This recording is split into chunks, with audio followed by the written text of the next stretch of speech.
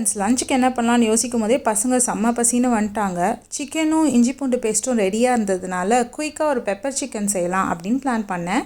இந்த ரெசிபி செய்கிறதுக்கு தேவையான இன்க்ரீடியன்ட்ஸ் என்னென்னு பார்க்கலாம் வாங்க. 2 பெரிய சைஸ் வெங்காயம் நீலவாக்கில் கட் பண்ணி வச்சுருக்கேன். ஒரு குட்டி டொமேட்டோ, தக்காளி, புதினா, பே லீஃப், அப்புறம் கருவேப்பிலை, ரா சிக்கன். அது இல்லாமல் இது மசாலா அரைக்கிறதுக்கான சாமானுங்க. அது என்னென்னு நான் சொல்கிறேன். சீரகம் 2 ஸ்பூன், சோம்பு 2 ஸ்பூன், ஏலக்காய் ஒரு 4, பட்டை, கிராம்பு, முழு தனியா, அது இல்லாமல் கொஞ்சம் காஞ்ச மிளகாய். பெப்பர் நான் தனியாக அரைச்சி வச்சுருக்கேன், ஏன்னா இது கடைசியாக தான் நம்ம ஆட் பண்ண போகிறோம். அது இல்லாமல் சால்ட் அண்ட் ஆயில் வேணும். இப்போ ஒரு ட்ரை மசாலா ப்ரிப்பேர் பண்ண போகிறோம். அதுக்கு 4 ஏலக்காய், பட்டை, கிராம்பு, முழு தனியா, சோம்பு, சீரகம், காஞ்ச மிளகாய், கொஞ்சம் கருவேப்பிலை. இது எல்லாத்தையும் ட்ரை ரோஸ்ட் பண்ணி நம்ம எடுத்து வச்சுக்க போகிறோம். இதுதான் நம்ம பெப்பர் சிக்கனுக்கு டேஸ்ட் கொடுக்க போகிற ஒரு முக்கியமான மசாலா. இந்த மசாலா அரைச்சி பெப்பர் சிக்கன் பண்ணிங்கன்னா உங்கள் வீட்டில் திரும்ப திரும்ப கேட்டு வாங்கி சாப்பிடுவாங்க. இப்போ இதை ஆற வச்சு நம்மளோட மிக்ஸி ஜாரில் கொட்டிக்கிறோம். இதை பிளெண்ட் பண்ணி எடுத்துக்கிறோம். இப்படி தான் கொஞ்சம் குறப்பாக ஒரு பவுடர் கிடைக்கும் நம்மளுக்கு. இதை ஓரமாக வச்சிடலாம். இப்போ ஒரு கடாயில் கொஞ்சமாக எண்ணெய் விட்டுட்டு பிரியாணி இலை, பட்டை, கருவேப்பிலை, வெங்காயம் இது எல்லாத்தையும் போட்டு வதக்கிக்கிறோம்.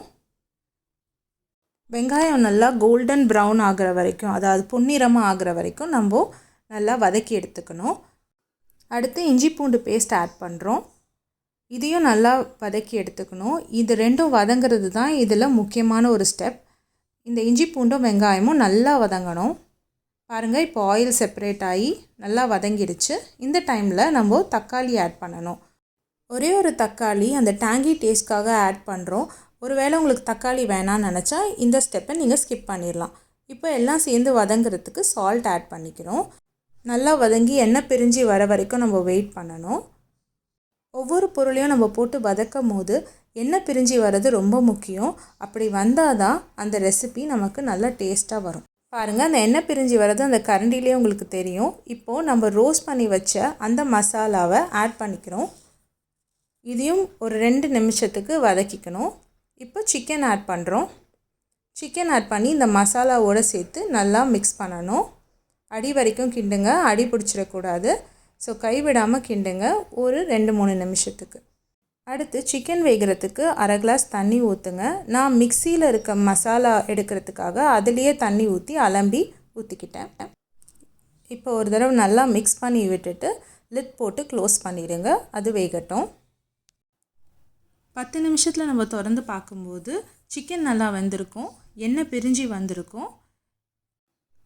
இந்த ஸ்டேஜில் நம்ம கொஞ்சமாக புதினா இலைகளையும் பெப்பர் பவுடராக அரைச்சி வச்சுருந்தோமே அந்த பவுடரையும் நம்ம இப்போது ஆட் பண்ணிக்கணும். இந்த மிளகை சில நேரம் நம்மளோட ட்ரை ரோஸ்ட் மசாலாவோடு சேர்த்து அரைக்கும் போது கசப்புத்தன்மை தந்துடும். அதை அவாய்ட் பண்ணுறதுக்காக நான் எப்போவுமே மிளகு பவுடரை தனியாக தான் அரைச்சி ஆட் பண்ணி. பெப்பர் ஒரு 3 டீஸ்பூன் போட்டுக்கலாம். அதிகமாக காரம் வேணும்னா இன்னும் கூட ஆட் பண்ணிக்கலாம். நம்ம காரத்துக்கு காஞ்ச மிளகாய் தவிர வேறு எதுவுமே போடலை. இப்போ லிட் போட்டு க்ளோஸ் பண்ணி ஒரு 5 மினிட்ஸ் சிம்லேயே வேக வச்சு எடுத்துக்கிட்டா இப்படி எண்ணெய் பிரிஞ்சு பெப்பர் சிக்கன் நம்மளுக்கு சூப்பராக ரெடி ஆகிடும். ஆஹா, பாருங்கள் எப்படி இருக்குன்னு. கடைசியாக கொஞ்சம் கொத்தமல்லி இலையை போட்டு நம்ம பெப்பர் சிக்கனை இறக்க வேண்டியது தான். இதோ நம்மளோட டேஸ்டி பெப்பர் சிக்கன் ரெடி. இப்போ நம்ம செஞ்ச பெப்பர் சிக்கனோட ஃபீட்பேக்கை பார்ப்போமா? இது தாங்க அவங்க ரியாக்ஷன்.